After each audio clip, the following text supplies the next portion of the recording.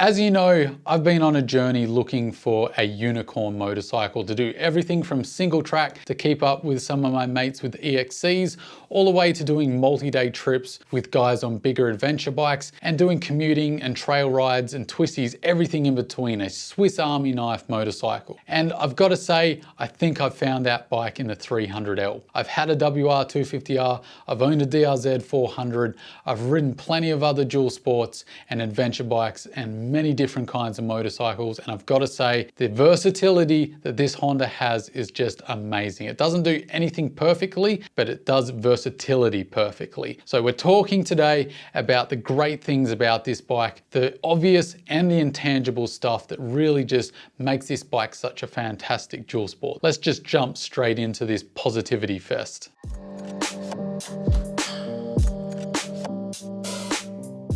Let's start with ABS, which admittedly could land in the good or the bad column depending on the type of rider you are. Some people hate it, some people love it. But when it comes to on-road stuff, I don't think there's any argument about how useful and how much it can save lives. But that isn't the reason why it makes my list. I've had plenty of bikes in the past that have had switchable ABS. So when you get to the dirt, you've got to go through 6,000 different sub-menus, call up an IT help desk, then get patched through to NASA just so you can turn off the damn ABS. The brilliant thing about the little 300L behind me is it's no sub menus, it's just hit one little switch for 2 seconds, boom, job done, and you're on your ride. You don't get left behind by your mates while you're fiddling through the sub menu, and that's why ABS is on my list of just the fantastic little things that make this bike very easy to live with.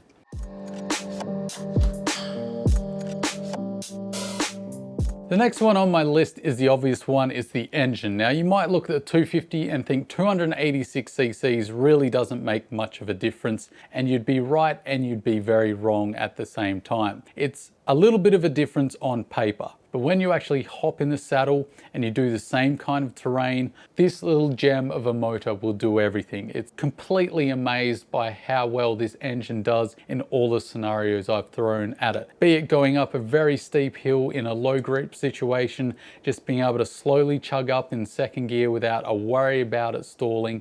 That really is confidence inspiring, to single track where I don't have to keep it on the boil to worry about conking out and stalling, all the way just to riding in city and sitting on the highway and at holding those speeds with more ability than a 286cc engine has any business doing. Now, I'm not saying it's super amazing like an adventure bike, but for 286c's, it really is impressive for the average rider. Now, if you're performance orientated, it's not going to satisfy you, but for the everyman or woman, this is going to be more than enough and will be pleasantly surprising.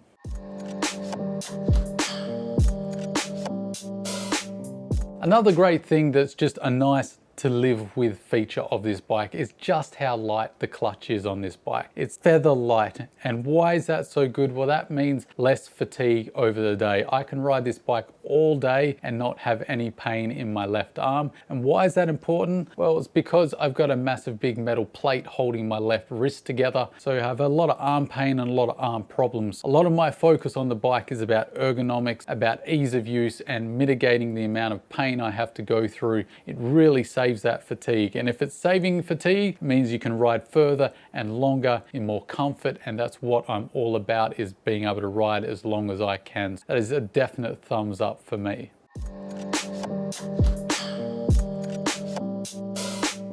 Another one that's really not the bike that's done this, it's more the accessory market that has popped up around this bike in such a quick time. Basically, all the accessories I needed for this bike were available. I was so surprised at how quickly the accessory market came in around this bike and offered what I needed. And the fact that this bike has been almost immediate just shows how popular it is, and it really is a strength that a lot of people don't consider when they're buying a bike, is how healthy and strong is the aftermarket and accessory market around the motorcycle, because that takes the level of ownership to a whole new spectrum when you can tailor the bike to exactly what you need.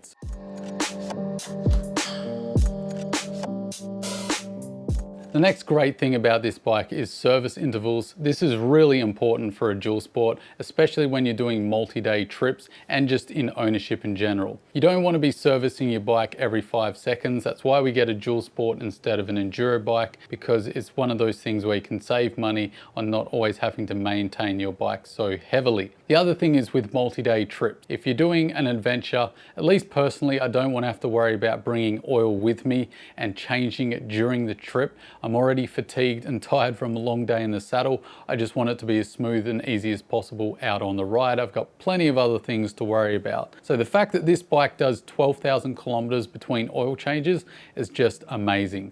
And it also saves money. You're not spending time and energy and money always keeping the bike up to date and looking after it every 30 hours like you might find on an enduro bike. Service interval is amazing on this motorcycle.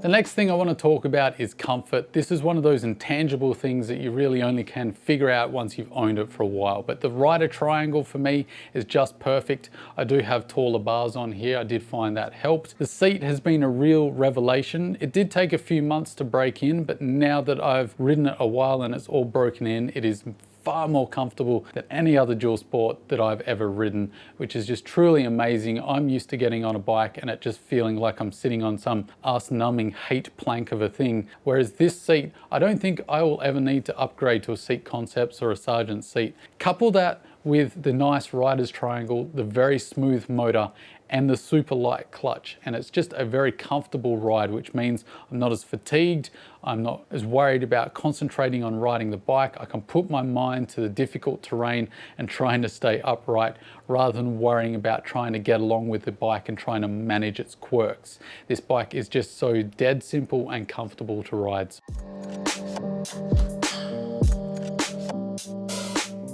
The next one was really a nice surprise for me, and that was the handling of this bike. I was expecting it to be a little more heavy in the handling feel than my WR250R, given that it's a few kilos heavier. What really surprised me is just how light and flickable and agile this bike feels. I do not notice the extra weight at all. In fact, if I'm being honest, it feels about the same weight as a WR250R despite a significant weight difference. It feels significantly lighter than my DRZ 400 despite this bike being 4 kilos heavier. The way this bike holds its weight down low, I don't know how they've done that witchcraft, but it just feels very light, it feels very flickable and manageable, and it doesn't feel top heavy at all. The DRZ felt very top heavy and you really notice its weight. I've been really impressed with just how easy this is to flick around in the tight stuff. You really notice it when you're doing tight maneuvers in single track, you're going back and forth on switchbacks, maybe even on uphill descents. You really appreciate that tight turning. It's fantastic. It's just a nice, flickable, light, agile little bike.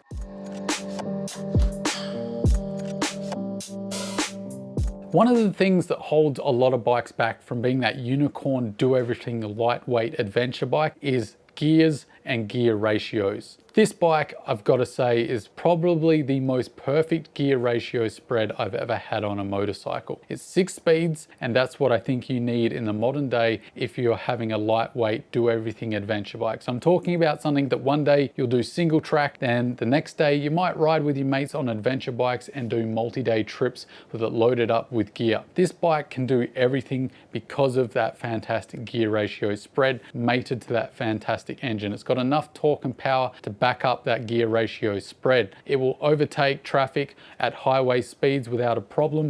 Of course, you're not going to be winning races. This isn't a huge 450 EXC. I don't know what wizardry they've done with their gear ratios, but they've really got it bang on with this bike.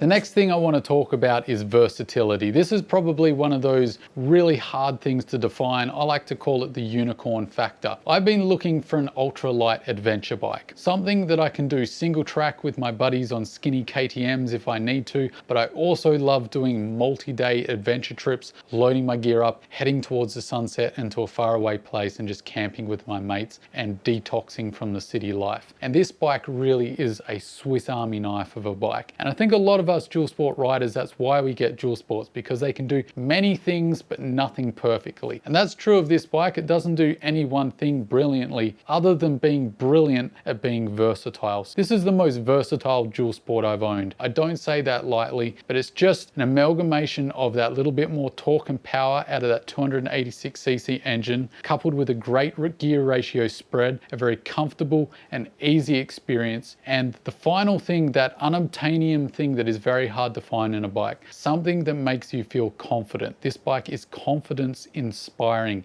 and I cannot highlight how important that is in a bike for me as a rider. It might not be something you look for, but I've found, particularly when I was first starting out, a bike that I could feel confident in, that I trusted would get me through the terrain, and that I didn't have to think too hard about riding, really helped my experience. So the fact that this is confidence inspiring has been really important to me. I was sick for a few years. I had to take a break from riding, and coming back into it, I wasn't sure I'd be able to do what I used to be able to do. And this bike has helped show me that yes, I actually can, and it's made me feel confident and ready to tackle the things I thought I might not ever be able to tackle again. The fact that that bike has given me that, I cannot put into words how important that has been to my quality of life and my mental health. So the 300L really has been a fantastic ownership experience, and like I've just said, the versatility, the comfort, and just the ease of use and the confidence that this bike gives has just been such a revelation to my riding off-road. So I'm really looking forward to this year on the 300L, and as always,